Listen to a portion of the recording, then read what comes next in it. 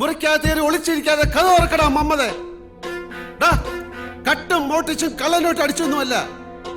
വീടും പറമ്പും ഉമ്മയുടെ കെട്ടിയുടെ പണ്ടങ്ങൾ പണയം വെച്ചിട്ടടാ ഞാൻ നിനക്ക് പൈസ തന്ന്. എന്നിട്ടിപ്പോ എനിക്ക് വിസ ഇല്ല, ജോലിയില്ല.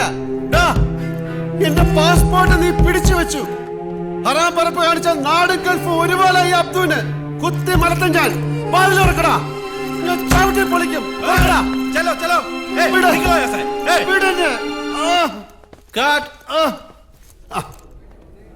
Okay okay.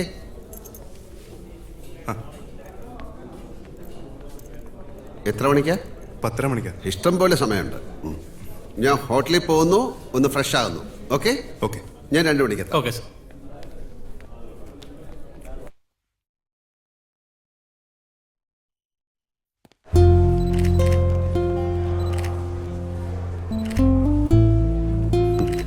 All the best.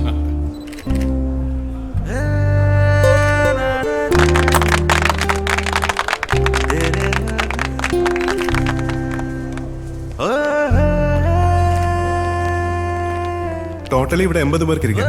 പിന്നെ വേണമെങ്കിൽ പുറത്തു അറേഞ്ച് ചെയ്യാം. ഇവിടെ വെളിയില്ല. ഇവിടെ ലൈവ് ദോശ കോർണറും ഉണ്ട്. ഇതാ മെനു കാർഡ്. മൾട്ടി ക്യൂസിൻ ആണ്. ഇന്ത്യൻ ഉണ്ട്, മെക്സിക്കൻ ഉണ്ട്, അങ്ങനെ കുറച്ച്. Well done, very good. ഇനി നല്ല ദോശ അടിക്കാലോ. സ്നേഹം നിറഞ്ഞവരെ, രസം റെസ്റ്റോറന്റ് ഗ്രൂപ്പിന്റെ എല്ലാമായ ശ്രീ ബാലശങ്കർ രചിച്ച നളചരിതം എന്ന ഗ്രന്ഥം, നളപാകം, ക്ഷമിക്കണം, നളപാകം എന്ന ഗ്രന്ഥത്തിന്റെ പ്രകാശനം ശ്രീ RC മേനോന് നൽകിക്കൊണ്ട് നമ്മുടെ ഈ സ്ഥാപനത്തിന്റെ അടുത്ത ബന്ധുവും എല്ലാവരുടെയും പ്രിയങ്കരനുമായ സൂപ്പർ സ്റ്റാർ മോഹൻലാൽ സാർ നിർവഹിക്കുന്നു.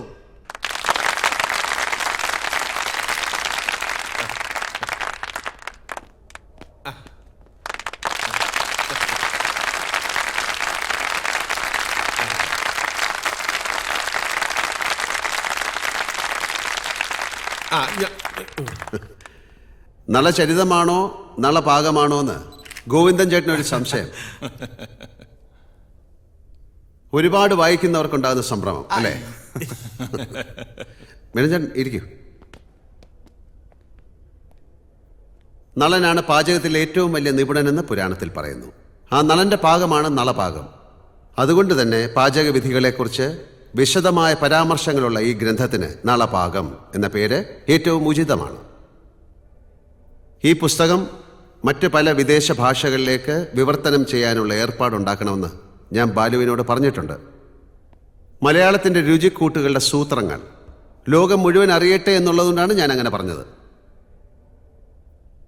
പാചകത്തിൽ അസാമാന്യ വൈദഗ്ധ്യവും ഗവേഷണവുമുള്ള ഒരു തിരുമേനിയുടെ മകനായി ചിലപ്പോഴൊക്കെ അച്ഛൻ്റെ കൂടെ പോയി കണ്ടു നിന്ന് ഒടുവിൽ ബിടെക് കഴിഞ്ഞ് ഒരു തൊഴിൽ അന്വേഷിച്ച് നടന്ന ബ്രാഹ്മണ യുവാവ് ഈ നിലയിലെത്തിയ കഥ ബാലു നല്ല ഭംഗിയായി തൻ്റെ പുസ്തകത്തിൽ വിവരിച്ചിട്ടുണ്ട്. ഇവിടെ നിന്നിറങ്ങുന്ന ഒരു മാഗസിൻ സീരീസായി അത് പ്രസിദ്ധീകരിച്ചപ്പോൾ നിങ്ങളിൽ പലരും അത് വായിച്ചിട്ടുണ്ടാവാം. പക്ഷെ കഥയിൽ പറയാത്ത ചില കാര്യങ്ങൾ,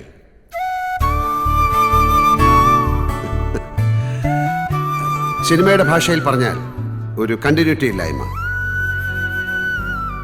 താൻ ഒരുപാട് സ്നേഹിക്കുന്ന പലരുടെയും സ്വകാര്യ ജീവിതത്തെ ബാധിക്കുമെന്നുള്ളത് കൊണ്ടാകാം ബാലു അത് ഒഴിവാക്കിയത്.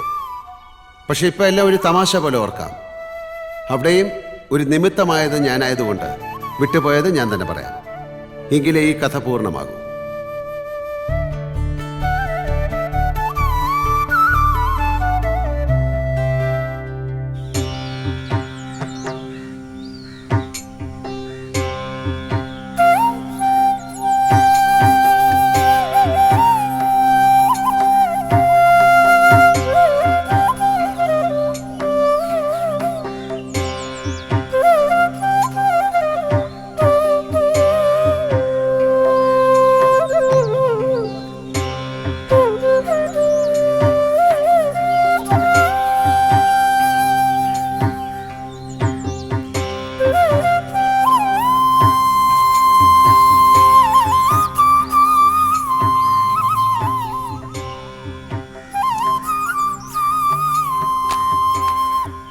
കുന്നരെ, ഓ ആ ആയിക്കോട്ടെ ആയിക്കോട്ടെ. ആ എന്നാ പിന്നെ നടന്നോട്ടെ. ഇവിടുത്തെ കാര്യം വെടുപ്പായിക്കോളും. അതൊക്കെ ഞങ്ങൾക്ക് അറിയാവുന്നതല്ലേ. ആ തന്നെ. ആദ്യത്തെ ദക്ഷിണ തിരുവേനിക്കാകാന്ന് കരുതി തിരക്കാവുന്നതിന് മുമ്പ് ആ ചടങ്ങ് നടത്താമെന്ന് ഓ ചോദിച്ചു. മോളെ, ആയിക്കോട്ടെ. തിരുമേനി ഇവിടെ അനുഗ്രഹിക്കണം.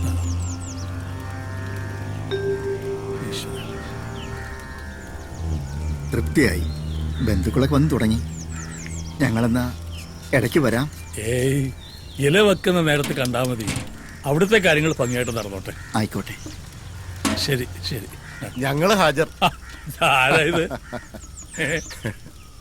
കല്യാണം കൂടാൻ എത്തിയതാ. ആഹാ, വരന്റെ ആ ഉള്ളത് പറഞ്ഞ വരന്റെ ആൾക്കാരല്ല, വധുവിന്റെ ആൾക്കാരും അല്ല. ശരിക്കും കല്യാണം കൂടാനെന്ന വ്യാജേന സദ്യ ഉണ്ണാൻ വന്നവരാ. കഴിഞ്ഞ 10-12 വർഷമായിട്ട് തുടർന്നു പോകുന്ന ഒരു വഴിപാട് മാതിരി അത്. തിരുമേനിയുടെ പാചകം എവിടെ ഉണ്ടെങ്കിലും ഞാൻ അവിടെ എത്തും.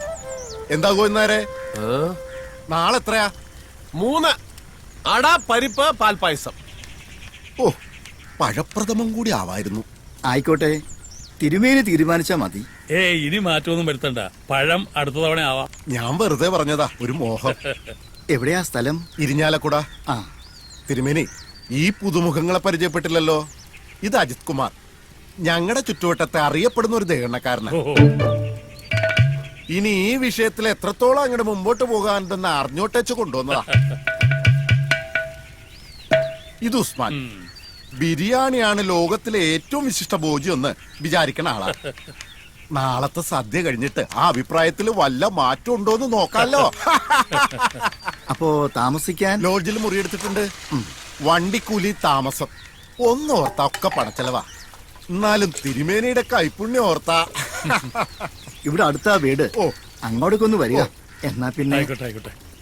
ഉള്ള സ്ഥലത്തൊക്കെ ഇരിക്കാം. ഐ വന്ന പടിയാ. ഇനി ഒരു കുളിയൊക്കെ കഴിഞ്ഞ് അമ്പലത്തിൽ പോയി തൊഴുതിട്ട് വരാം. ആയിക്കോട്ടെ. ഓ, അതെ, ഈ നാളത്തെ സദ്യക്ക് നേരത്തെ ഹാജരാക്കേണ്ട കാര്യം ഈ നായർക്കെന്താ? അതെ, സദ്യ കഥകളി പോലെയാണെന്ന് പരമേശ്വരൻ പറയും. അണിയറയിൽ പോയി ചുട്ടുകുത്ത് മുതലേ അനുഭവിച്ചു തുടങ്ങണം, എന്നാലേ ആസ്വാദനം പൂർത്തിയാകൂത്രേ. അവര് വന്നോട്ടെ, പുകയും മണമൊക്കെ പിടിച്ച് ഈ മൂലയ്ക്ക് എവിടെങ്കിലും കൂലി പിടിച്ചിരുന്നോളും. അതല്ല, കൂടെ വന്നവൻ പാചകക്കാരനാന്നാ പറഞ്ഞു. അവൻ തിരുമേനിയുടെ സൂത്രങ്ങൾ അടിച്ചു മാറ്റാനുള്ള പ്ലാനാ. ആഹാ, ഗോവിന്ദാരിപ്പ് എത്ര കൊല്ല എന്റെ കൂടെ? 18. എന്നിട്ട് എന്തെങ്കിലും സൂത്രങ്ങൾ പഠിച്ചോ? എന്നിട്ട് 6 ദിവസം കൊണ്ട് വേറെ വന്ന് പഠിക്കാൻ പോകുന്നത്. അവിടെ എന്താ തനിക്ക് പണി? ഇപ്പോ ആ. എന്താ പണി? ആ, അരി കഴിയണം. എന്നാ കഴുക്. ഓ. ആ, ഓ, ഹലോ. ഉവ്വ, ഉണ്ടല്ലോ. ആ, കൊടുക്കാം. ദാ, വീട്ടിൽ നിന്ന്. വീട്ടിൽ നിന്ന്. ഹലോ, എന്താ എപ്പാ? ഇതെന്താ ഇപ്പൊ ഇങ്ങനെ? അയ്യോ, എന്താ ശരിക്കും? ആ, ഞാൻ വരാം, ഉടനെ വരാം. ദാമു, ആ വണ്ടി എടുക്ക, ഞാൻ വീട് എടുത്ത് പോയിട്ട് വരാം. അല്ല, എന്താ ഇപ്പൊ ഉണ്ടായേ? ആൾക്ക് വന്നിട്ട് പറയാം. അയ്യോ, എന്താ എന്താ? എനിക്കറിയില്ല. എന്റെ ഈശ്വര, ഇല്ലത്തെന്തോ അനർത്ഥം ഉണ്ടായിട്ടുണ്ട്. അയ്യോ.